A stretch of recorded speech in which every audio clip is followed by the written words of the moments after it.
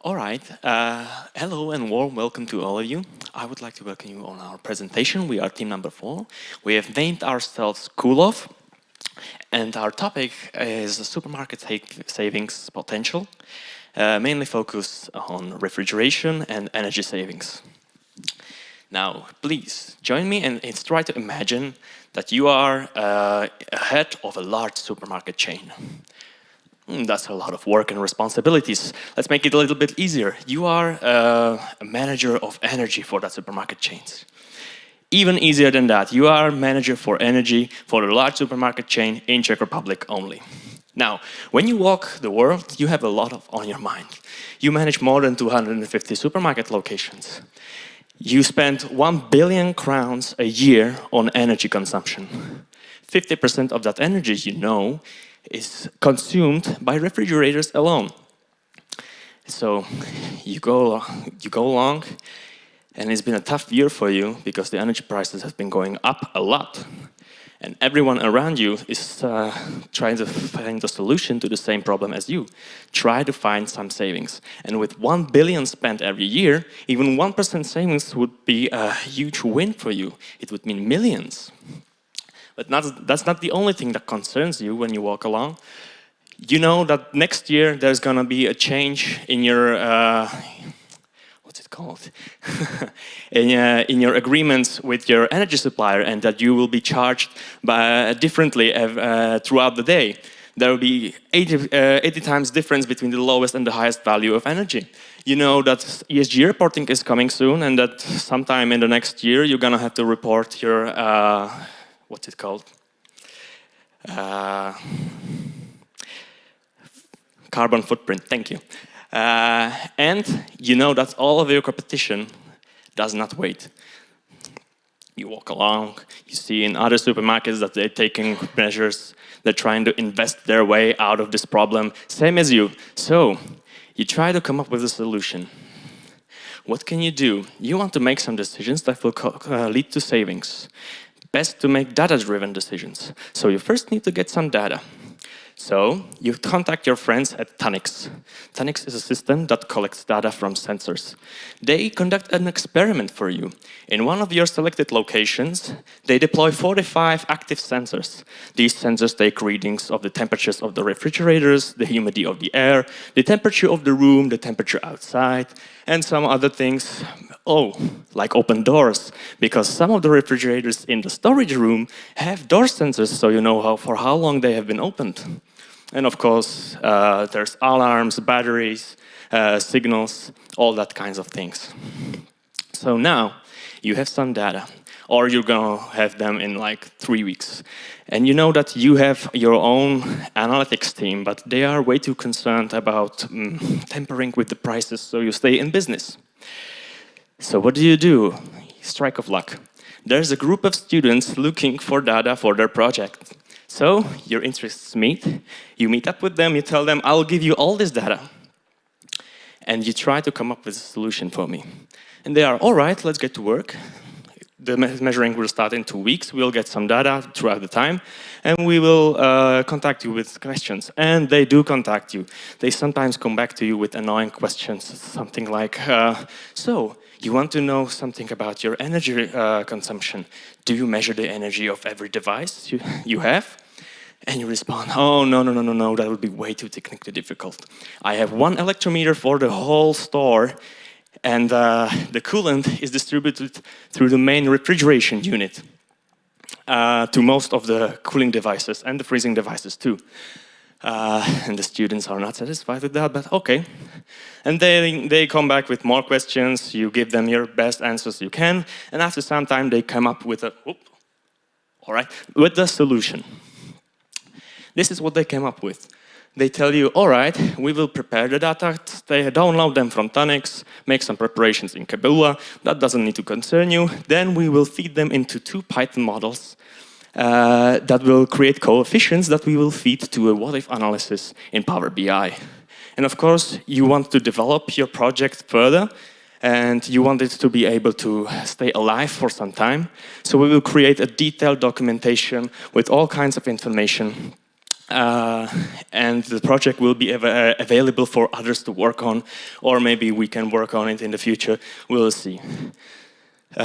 So let's take a look how the solution looks like.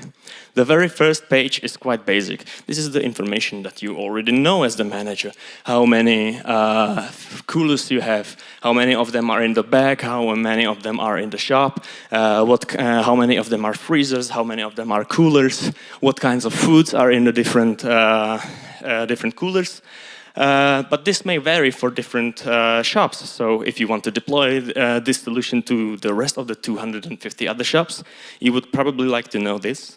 And probably the most important information for you as the manager: how many kilowatt hours have you consumed the past week? So you start with this, and then the students tell you, we noticed a weird thing. In one of your freezers, well, two of your freezers, there's this periodical change in temperature. It spikes up and then drops all the way down. And it does this several times a day. Why is that? And you tell them, oh, I know why it is that. Because there's periodical unfreezing happening in the cooler to prevent snow from forming. Because snow really messes up the efficiency of the cooler.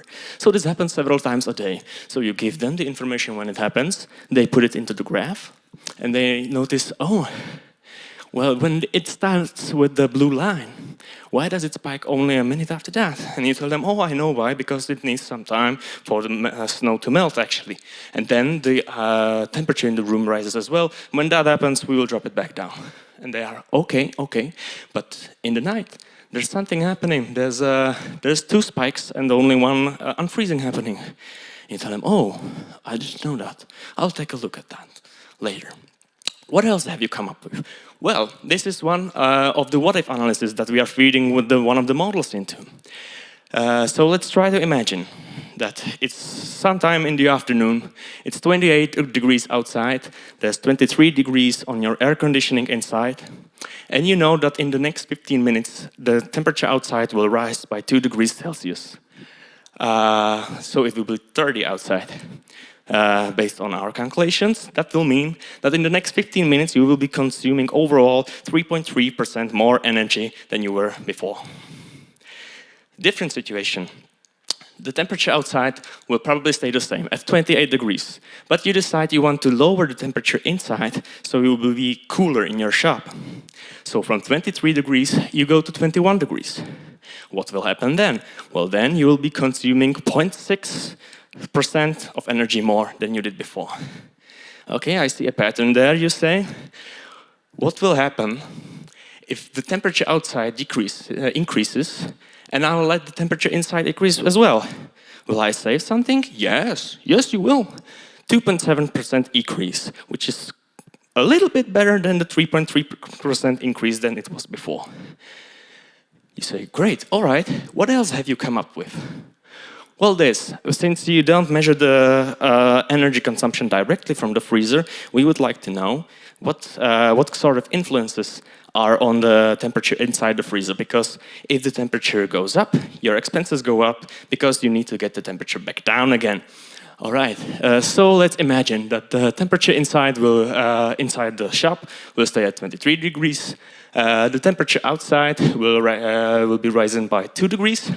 And you know that in the next 10 minutes you will probably be opening, is it 1 minute already? All right. You will be opening the freezer for about a minute. I'll try to speed it up. Just a minute. All right. So we find out that the decrease in temperature, the increase in temperature will be about 0.5 degrees. So the last thing we came up with is this. You see the students talk to you and they say, why do you cool the freezers to -20 when the law tells you you need to keep it between -15 and -18? Oh, it's a precaution, you know. We do that so that the temperature doesn't rise way too up. Do you think I can raise it up? And the students tell you, we don't know, you didn't done it yet, so we don't have the data. All right. I think I should stop now. I have a closing speech, but there's no time for that. Thank you very much. Thank you very much. Okay, time for questions, remarks.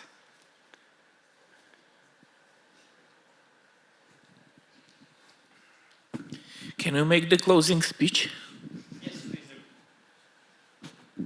Can I make? Yes. Can I make the closing speech? All right. The closing speech was this. Yeah. You ask the students, can I put this through a weather forecast and forecast what will be the weather consumption in the future, like a week or a month ahead? The students tell you, yeah, the models are prepared for that. We can make that happen. You ask them again, can I include oven consumption?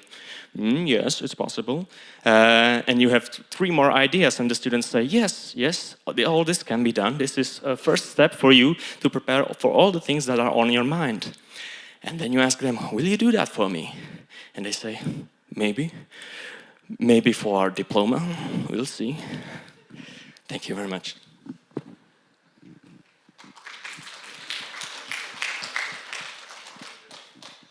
How do you expect to do business out of this?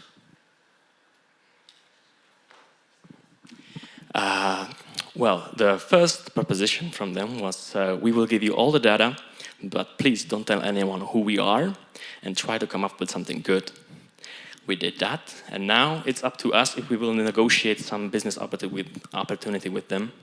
So we'll see if we want to keep developing this solution. It's up to debate. Do you have any pricing model in mind? Just very rough estimates. Just very rough estimates, yes. And these are? Well, me and my pretty colleagues, we thought about it, and we found out that in the next 6 to 10 months, we'll only have weekends free, and weekends are quite expensive. So yeah, we will probably price it by hour, and we'll see if it will be 500 per hour, 1,200 crowns per hour, and we'll see. Okay, it was a rough estimate, so it's okay. Thank you very much.